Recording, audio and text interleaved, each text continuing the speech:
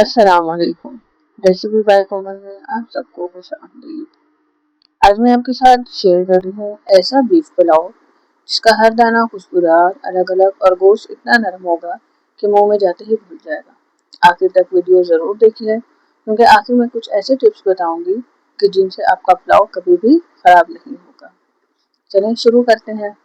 तो सबसे पहले हम एक पॉट में ऑयल डालकर उसमें जीरा डालकर उसको भून लेंगे और जीरे को भूनने के बाद हम इसमें सिर्फ ग्रीन चिलीज 8 से 10 काट कर जो है वो डाल देंगे और इतना इसको पका देंगे कि इसका कड़वापन चला जाए।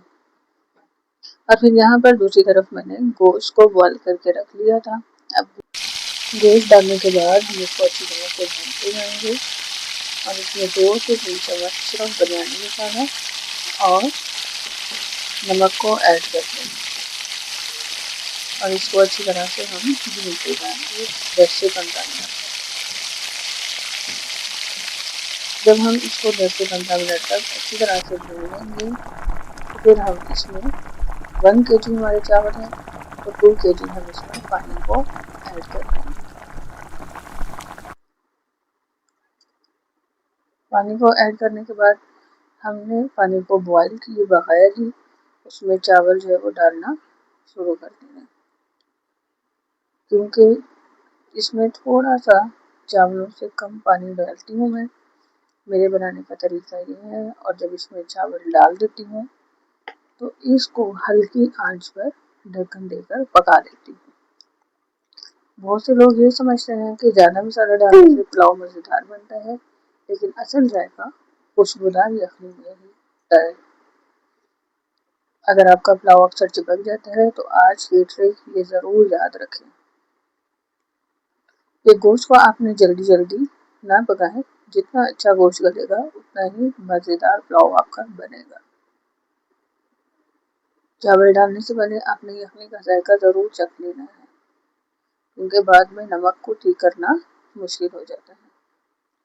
अब मैं इसको ढक्कन दे दूंगी और बार बार दम के दौरान ढक्कन आपने नहीं उठाना और यही बातें जो अक्सर पुलाव को ख़राब कर देती हैं। यहाँ पर देखें पानी जो है वो चावल के बराबर रह गया। तकरीबन मैंने 5 से 6 मिनट के बाद जो है वो ढक्कन को उठाया है। अब इसको मिक्स करने के बाद मैं इसको दम दूंगी। चावल पानी में इतना रहने दूंगी कि चावल और पानी जो है वो हल्के हल्के जूसी टाइप से वो लगना शुरू हो जाए। अगर चावल आपका अच्छे वाले हैं और थोड़ा सा कच्चा रह गया है, कच्चा कच्चा टाइप है, तो आपने इसमें हल्का सा पानी रखते हुए इसको दम दे देना। तो मैं तो हमेशा ही इसको इसी तरीके से दम देती हूँ कि जब इसमें बराबर थोड़ा थोड़ा सा पानी रह जाएगा तो इसको दम देकर रख दूंगी और दम देने के बाद इसके ऊपर वजन हम दे देंगे। 15-20 मिनट बाद आपसे मिलते हैं। तो अब 15 मिनट गुजर गए हैं, तो अब देखते हैं हम हमारा दम खुलने के बाद देखें कैसे रेडी हो गया है। पानी तमाम खुश्क हो गया है और बहुत ही अच्छा सा पुलाव बनकर रेडी हो गया। अगर आपके घर में मेहमान आने वाले हों तो ये रेसिपी आप ज़रूर आजमाएं, सब तारीफ करेंगे। देखिए कितना खिला खिला चावल बनकर तैयार हो गया।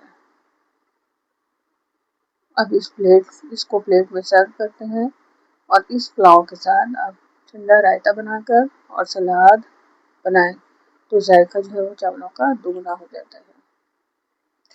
अगर आपको मेरा ये आसान बीफ पुलाव रेसिपी आपको पसंद आई है तो वीडियो को लाइक करें, अपने दोस्तों के साथ शेयर करें और मज़ीद मज़ेदार रेसिपियों के लिए मेरे चैनल को सब्सक्राइब करें।